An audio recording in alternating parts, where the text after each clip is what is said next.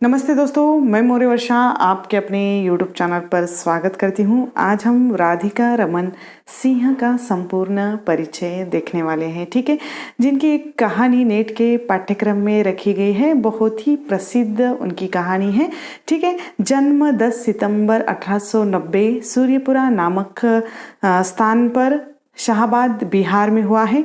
मृत्यु 24 मार्च 1971 में। माता पिता यानी कि बिहार के ये प्रसिद्ध जमींदार राजा राजेश्वरी सिंह प्यारे के ये पुत्र रह चुके हैं। शिक्षा MA इतिहास 1914 में कलकत्ता विश्वविद्यालय से इन्होंने अपना जो MA पूर्ण किया है, ठीक है। सम्मान एवं पुरस्कारों में 1962 में पद्म भूषण, जो देश का सबसे बड़ा पुरस्कार या सम्मान माना जाता है, इनको पद्म भूषण पुरस्कार से भी सम्मानित किया गया है। 1969 में डॉक्टरेट की उपाधि भी इनको मिली है। 1970 में साहित्य वाचस्पति नामक उपाधि भी इनको मिली हुई है या सम्मान मिला हुआ है, ठीक है। इनकी रचनाओं में इनकी कहानी संग्रह देखिए, कुसुमांजलि, अपना पराया, गांधी टोपी, धर्मधुरी, नवजीवन, यह एक इनका गद्य काव्य है, और प्रेम लहरी, यह भी इनका गद्य काव्य है, ऐसा कहा जाता है, ठीक है। कहानियों में या जो उनकी ऊपर जो दी थी वह कहानी संग्रह है, और नीचे जो दी गई है वह कहानियाँ हैं जो प्रसिद्ध हैं।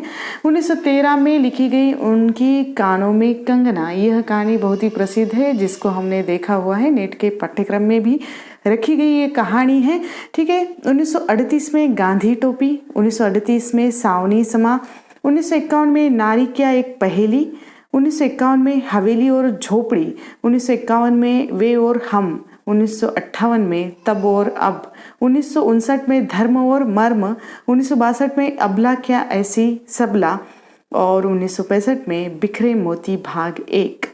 इनके उपन्यास इस तरह है: 1936 में राम रहीम, 1939 में पुरुष और नारी, 1942 में सूरदास, 1944 में संस्कार, 1951 में पूर्व और पश्चिम, 1957 में चुंबन और चाटा, ठीक है। इस तरह इनके उपन्यास रह चुके हैं। लघु उपन्यासों में इनके 1912 में नवजीवन, 1920 में तरंग, 1936 में माया मिलीन राम, 1964 में मॉडर्न कौन सुंदर कौन, 1966 में अपनी अपनी नज़र अपनी अपनी डगर।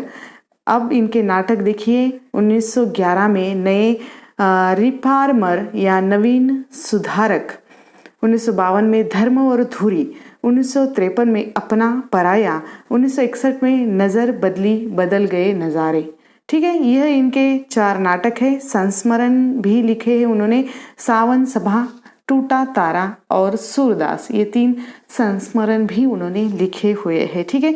इनके बारे में विशेष जानकारी यह है कि स्वतंत्रता संग्राम के सेनानी, गांधीवाद से प्रभावित, डॉक्टर राजेंद्र प्रसाद के कहने पर बिहार हरिजन सेवक संघ की अध्यक्षता स्वीकार की थी इन्होंने। 1920 में बेतिया में बिहार हिंदी साहित्य सम्मेलन की द्वितीय वार्षिक अधिवेशन के अध्यक्ष ये मनोनीत हुए थे। 1935 में ये रियासत का सारा भार अपने अनुज राजीव रंजन प्रसाद सिंह को सौंपकर सरस्वती की आराधना में तल्लीन हो गए, अर्थात अपनी विद्या ग्रहण या विद्या अर्जित करने में ये लग गए, ठीक है। 1936 में उक्त अधिवेशन के जो स्वगताध्यक्ष थे और नागरी प्रचारणी सभा के सभापति भी ये हुए हैं।